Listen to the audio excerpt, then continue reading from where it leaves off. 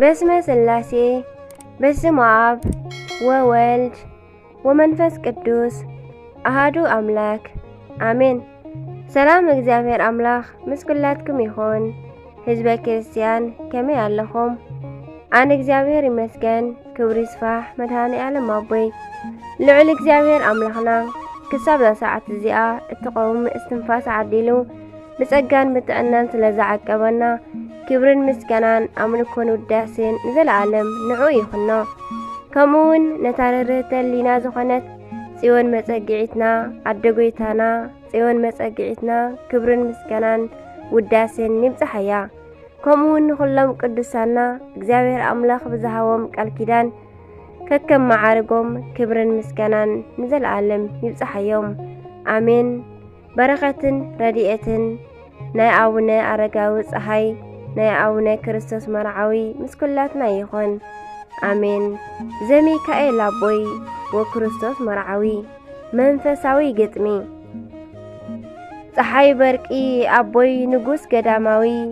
ምድራዊ ከለኹም ዝኾንኩም ሰማያዊ አቦ ተክለ ሃይማኖት ይዓርኩ ንክርስቶስ መርዓዊ ብመስቀልኩም ባርኹና ካብ ሕማምና ክንሓዊ ብመስቀልኩም ባርኹና ካብ ሕማምና ክንሓዊ እቲ ፍራር ጸበልኩም መድኃኒት ንፈውሲ እቲ ርጋጽ እግርኩም ንኃጢአትና መደምሰሲ እቲ ክቡር ስምኩም ንጸላኢ ሓራዲ ጎማዲ እቲ ግርማ መጎስኩም ንባዕዳውያን መሰንበዲ አቡነ አረጋዊ ፀሐይ በዓል ሙሉእ ዘውዲ አቡነ አረጋዊ ፀሐይ በዓል ሙሉእ ዘውዲ ዘሚካኤል አቦይ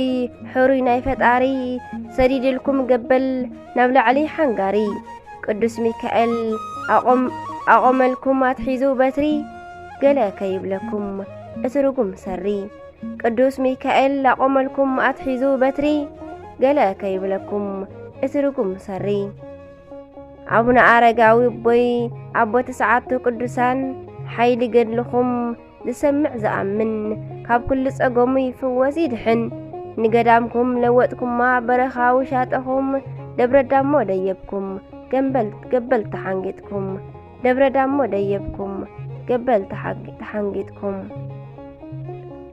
አቱም ብሩኽ አቦይ ክንደይ ደስ ይብል ኩሉ ተኣምርኩም ሰሚዐስ ብሓጎስ ይዘልል ሙላድኩም ሮማ መቅዳስኩም ኢትዮጵያ መሪጽኩማ መጻኹም ናብዛ ቅድስቲ ዘለዋ ቅያ ናይ ድንግለይ መረበት እንድያ ኩሉ ዝምነያ ናይ ድንግለይ መረበት እንድያ ኩሉ ዝምነያ አንቱም ብሩኽ ዘውዲ ወዲ ቅዱስ ኢሳቅ ወዲ ቅድስቲ ኢድና ወዲ ታፀሓይ ብራቅ ብስምኩም ዝሕልማይ አስትዩ ዘዛቲ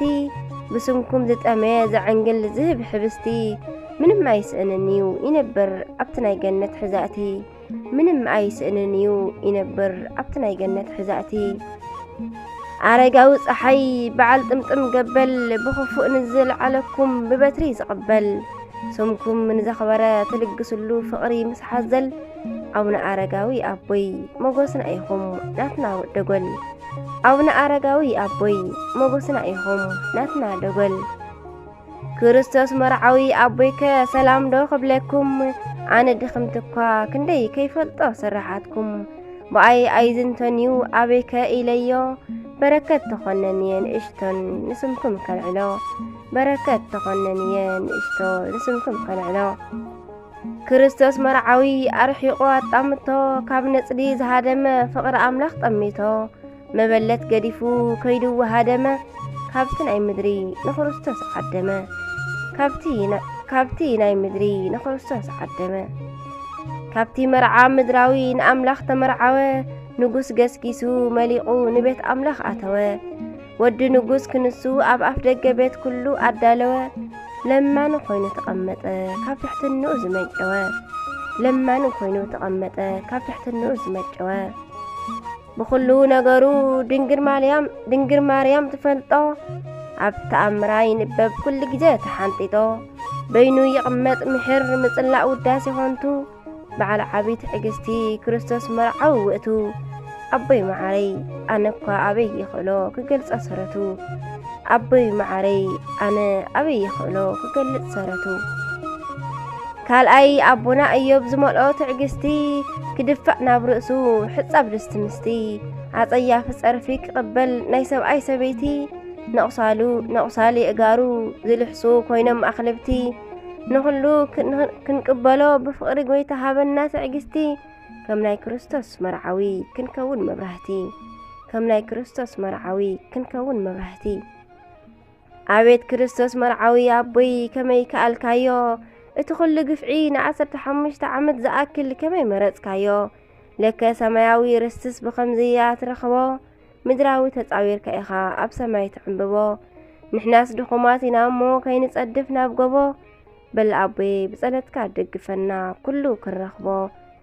በል ኣቦዬ ብጸሎትካ ደግፈና ኩሉ ክንረኽቦ ኣሜን ወስብሐት ለእግዚአብሔር ወለወላዲቱ ድንግል ወለመስቀሉ ክቡር ዝወደቐ ዝነጠበ ብኣፈ ቅዱሳን ትጓን መላእክት ይተኣረመለይ ኣሜን